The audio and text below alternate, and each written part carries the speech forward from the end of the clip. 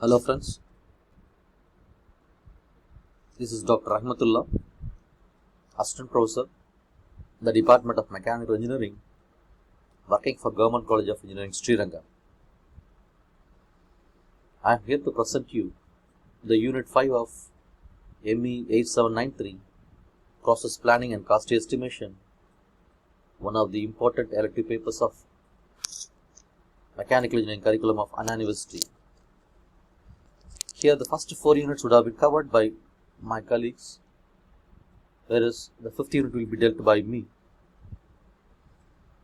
The 5th unit is structured with 4 important topics, which include estimation of machining time and importance of machining time calculation, calculation of machining time for different lathe operation including drilling and boring, machining time calculation for milling, shaping and planning, machining time calculation for grinding.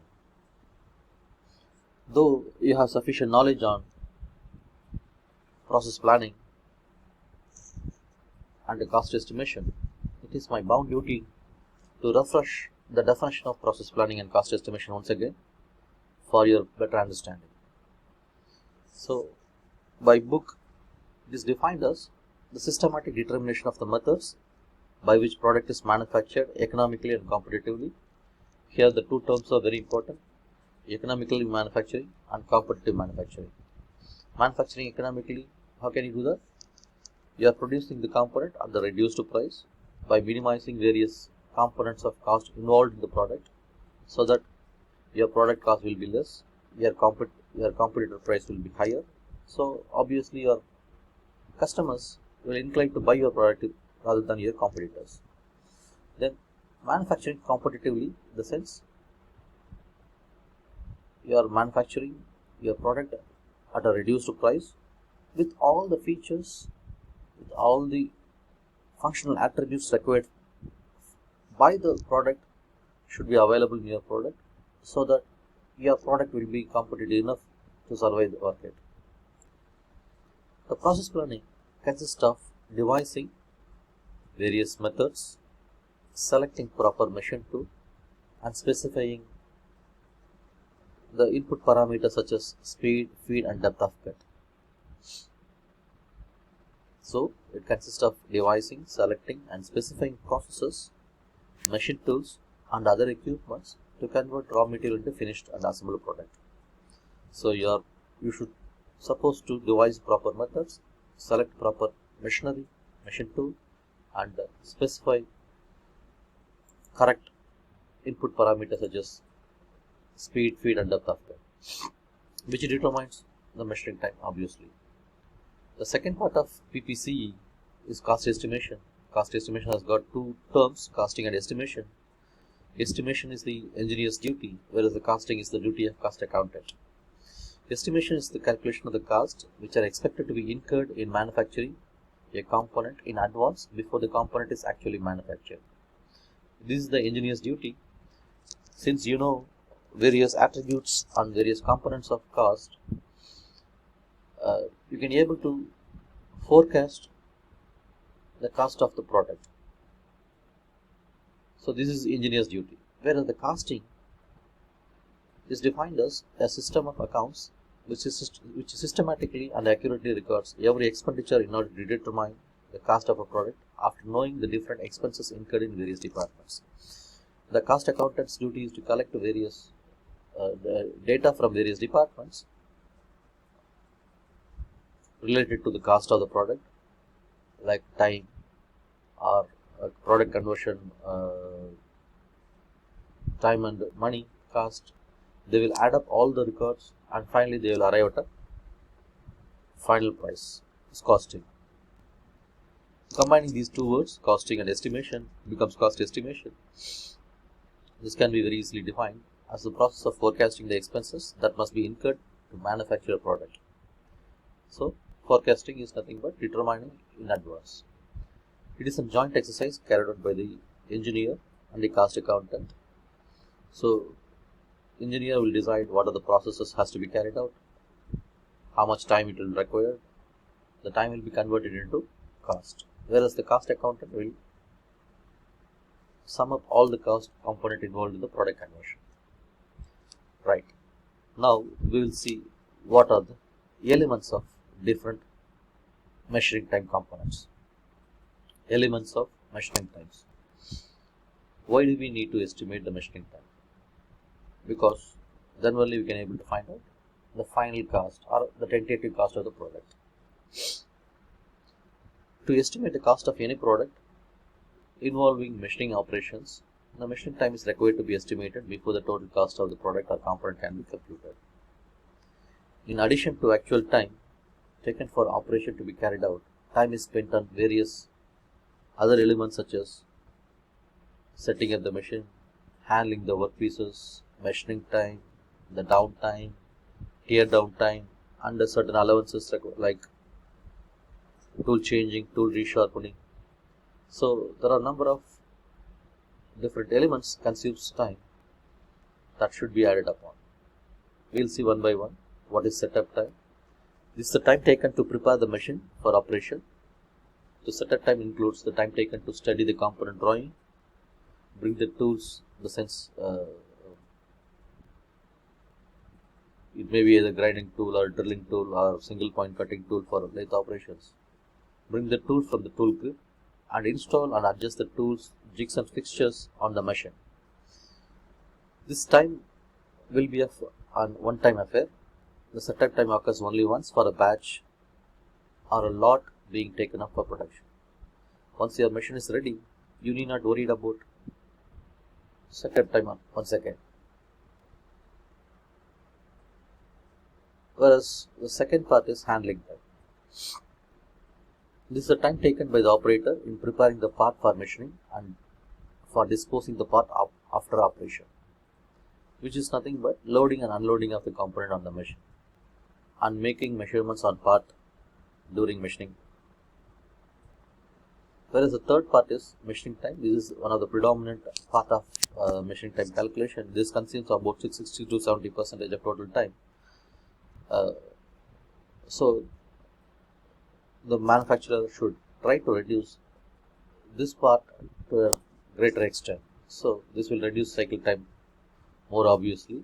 The productive, if you reduce this machining time by selecting appropriate speed, feed, depth of cut and machine tool and material, you can have a chance to reduce the total cost of product by reducing the machining time.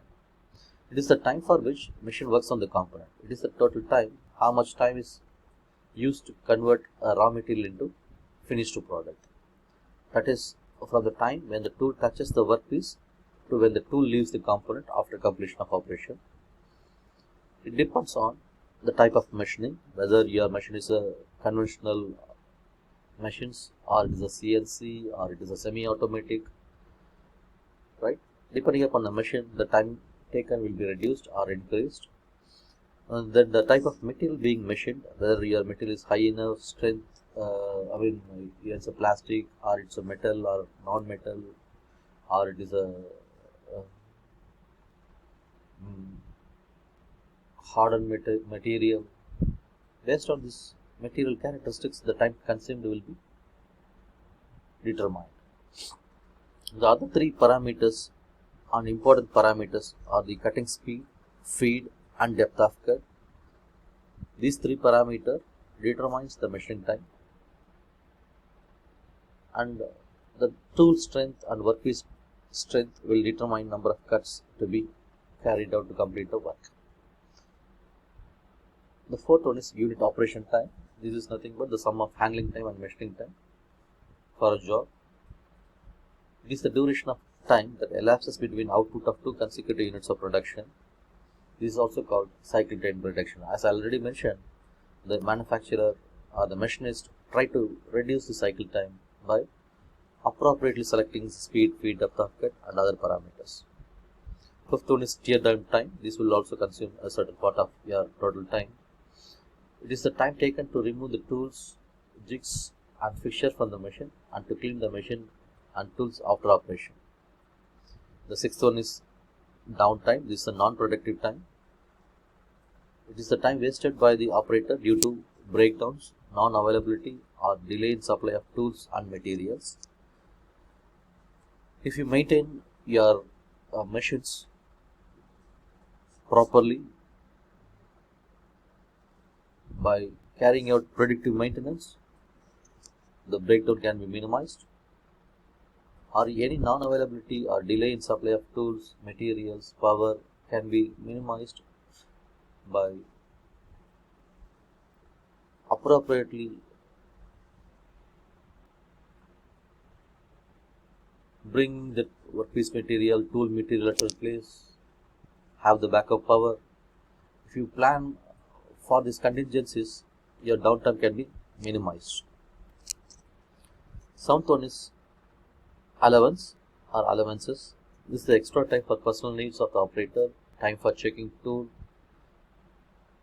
whether it is sharp or blunt, time for checking your part. These are extra time. Though it is an extra time, this will also consume a sizable time of your product conversion. The first one is personal allowance. This is time spent in going to restroom or even cafeteria. This time should be of less than 5%. The second one is fatigue. The longer working hours and poor working condition, such as poor lighting, poor ventilation, will create a tiredness or exhaustion to the worker and even affects the productivity. So, a man cannot work continuously for 8 hours or 10 hours. He needs some rest after a certain period of time, because once a person continuously works in the machine, his concentration will be reduced as the time progresses. The next one is tool sharpening and tool changing allowance. The continuous running of your machine will consume the quality of the tool. The tool needs to be resharpened if it is blunt, or the tool should be changed with the new grids, with the new features on the tool. Like for example, grinding wheel. The grinding wheel may blunt, so you need to resharpen it, or you need to change your tool. Then time for inspection. Here inspection is nothing but you are making sure that your product is manufactured according to the standards. If it is out of standard, either you can scrap it or you can put some more time to correct the workpiece material. The other allowances including activities such as periodic cleaning of your machine or machine tools, getting stocks from your stockyard, filling coolant reservoirs, and disposal of scrap at an appropriate time. So the rest of the part can be dealt by the next video. Thank you very much.